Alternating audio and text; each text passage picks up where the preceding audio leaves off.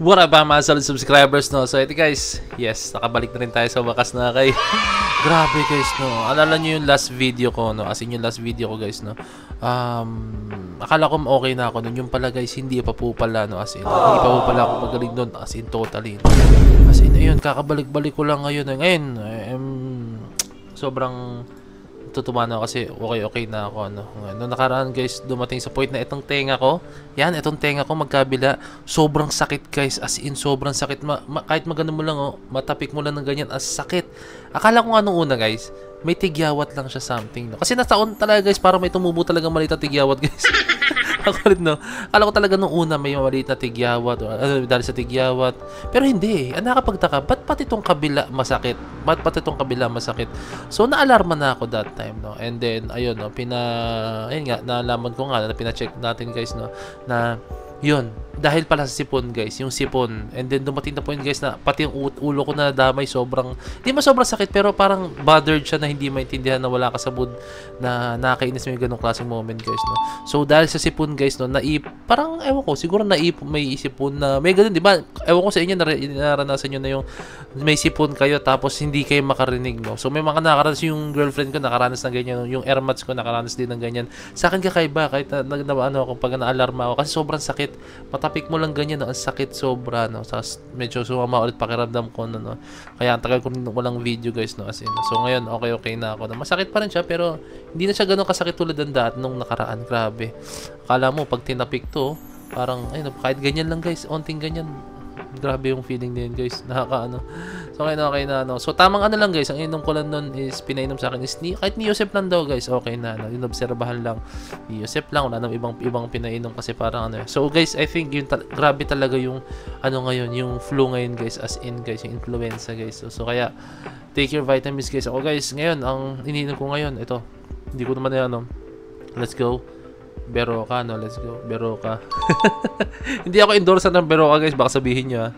Hindi ako endorser ng Beroka guys, sabihin nyo, endorser, baka sabihin nyo, ay si Point of Best endorser ng Beroka. Hindi ako endorser nyan guys, sadyang ano lang, highly recommended na mga kilala ko talaga na nasa office. Hindi kasi sa akin tumatalo kasi ang vitamins ko talaga is Centrum, and then yun yung vitamins ko yung Conzace kasi parang may nagpalpitate ako ng R1, pero yung hindi naman siya nagpalpitate, basta parang yun to the point na parang may humigpit lang dito. Kumbaga hindi daw ako hiyang pag ganun, itigil ko raw, no.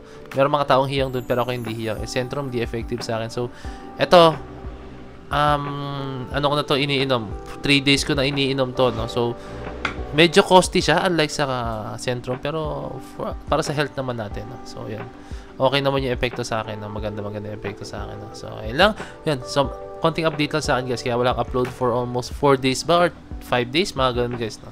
So tara guys, punta tayo dito guys, no, sa ito. Nakita ko na to kahapon if I'm correct, no. Meron pong lumalabas ngayon ng mga post about dito, no. Sana yan, ito. Abante News Online na naman. Ewan ko, basta meron ako dyan sa Abante News Online na yan. Ayun ako dyan, no. So okay, tiyan to guys, no, itong post na to, no, regarding dito. Ito daw po yung si Paulo, asan yan? Wait lang, hanapin ko lang para sure. Okay, no, ito guys, no, from Lionheart TV. Ito na lang, mas okay to para sa akin. Ayoko nung Abante na yun. So ito, sabi ni Paulo Valenciano, no, clears, sabi niya, itong post na to, no, Paulo Valenciano clears the air on the recent collab issue. I'm not so familiar with the fan wars. We just thought it would be nice to be nice collab since alaga namin both artists, no. He explained that goals was simply to bring together two of the biggest acts for one stage, no. Okay, no. So I think ang kanyang yata rito, no, correct me if I'm wrong, baka magkaroon ng hindi kanta, no, pero pwedeng project or baka pwedeng concert, no. Collab concert, no. Okay, please find time to think about your decision. Some collabs may just leave a bad taste in the mouth. Please keep the fandom from further mental anguish. Lest the toxicity, less or less, LESS or LS, okay, becomes unbearable, think twice po. Okay, no. Dati na kayo nagamit ng mga yan nung gusto nilang umangat, nung sumikat ang taas ng tingin sa sarili. Ngayon alanganin at hindi na sila mabenta, ididikit na naman sila sa inyo. No thank you. Sorry, I'm not familiar with the fan wars. Oops, may bro in Okay, and I just thought it would be nice to collab since alaga ng both artists. We just thought it would be nice to have the biggest acts together na. Okay, tingin tayo ng mga comments guys, no? Baka may makita tayo dito, no?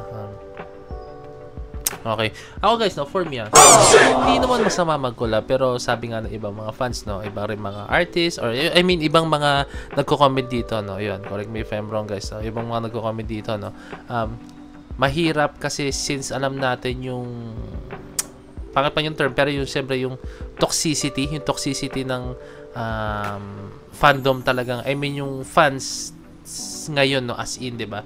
Nagkakabanggaan talaga, no. Meron man iba na hindi natin sasadyain na intention na pagbanggain, no. Pero darating sa point po talaga na merong mga, alam mo na, pilit na pinagbabangga sila kahit hindi naman dapat, 'di ba? No? So mahirap talaga siyang mag-collab, no, kasi ang unang-unang maano diyan is yung mga fans na hindi pa aware, no, or yung mga casual fans, no, pa lang.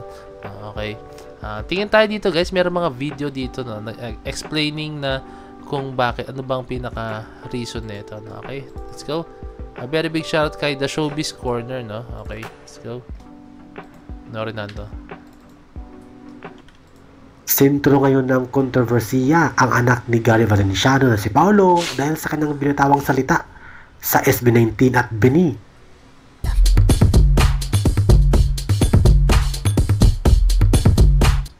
Maugong ngayon ang pangalan ni Paolo Valenciano, concert director ng SB19 at anak ni Gary Valenciano dahil sa salitang binitawan tungkol sa SB19 at Bini. Collaboration daw ng SB19 at Bini.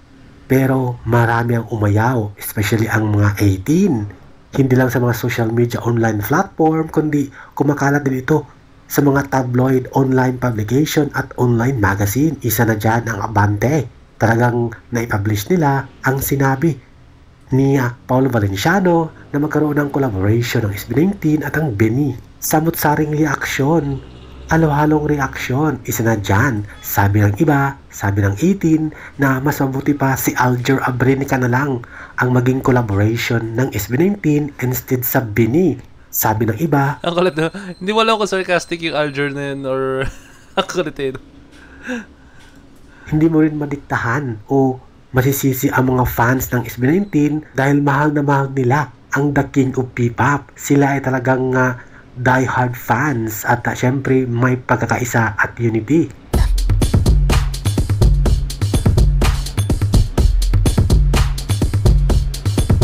Thank you for watching, guys. Okay, no. So, wala siyang sinabi, no. Wala siyang disclose na yung collab ba is for a concert or a project or a vlog or a song, no, in particular, no. So, hindi na alam. Alam naman natin before na nag-collab na Bini and SB19, no. Yung sa, ano yun, yung sa Pinoy Big Brother, if I'm correct, no. Yung kabataang Pinoy, no. Search ko lang, guys, ha. Ayan, SB19 and Bini, nag-collab na sila before, no.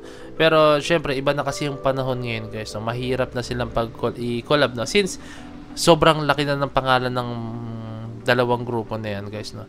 So, and then meron nga alitan, no. Pero for me, hindi naman siya possible, no. Hindi naman siya imposible, no. Pero for now, I think hindi mas safe na wag muna, no. So, maraming artist na pwede silang mga-collab, no. Pero guys, don't get me wrong, Bini and SB19 magkaibigan yan dalawang yan. As in, magkaibigan po dalawang yan. Sadyang nagkakaalitan lang po talaga yung ibang mga, hindi ko nila lahat, yung ibang mga fans po, ibang mga fans, guys, no, nagkakaalitan po sila pagdating sa ganitong bagay, no. So, mahirap po, no, mahirap po sa ngayon. Pero maganda idea, maganda yung thought, pero I think hindi muna sa ngayon, no. Kasi syempre, parehong Pinoy naman yan, guys, no. So, maaaring mag-collab sila sa mga future projects or what, pero ulitin ko, guys, wag muna sa ngayon, no. Mahirap pa po talaga, no. Kaya mo nating peaceful muna, no. Peaceful muna yung mga nangyayari, no. So ilang, guys, grabe, na-miss ko magsalita sa harap ng video, no. And I hope na na-enjoy nyo ng video na to, no, as much as I did, no. Pero, so, guys, ulitin ko lang sa inyo, no, let's love one another, no. Hayaan na po natin yung mga hate, hayaan na po natin yung mga bagay, iwan na po natin yan, no. Okay, yun lang po ang gusto ko sabihin. Iwan na lang po natin yan. Sa atin lang is magkaisa tayong mga Pinoy, no? And kung meron tayong gustong mangyari, no? Doon na lang tayo sa direksyon na yun. Huwag na tayong bumakod sa iba. Okay? So, yun lang. Maraming salamat, no? So, this is Pwede Ben signing out. Peace. Last you.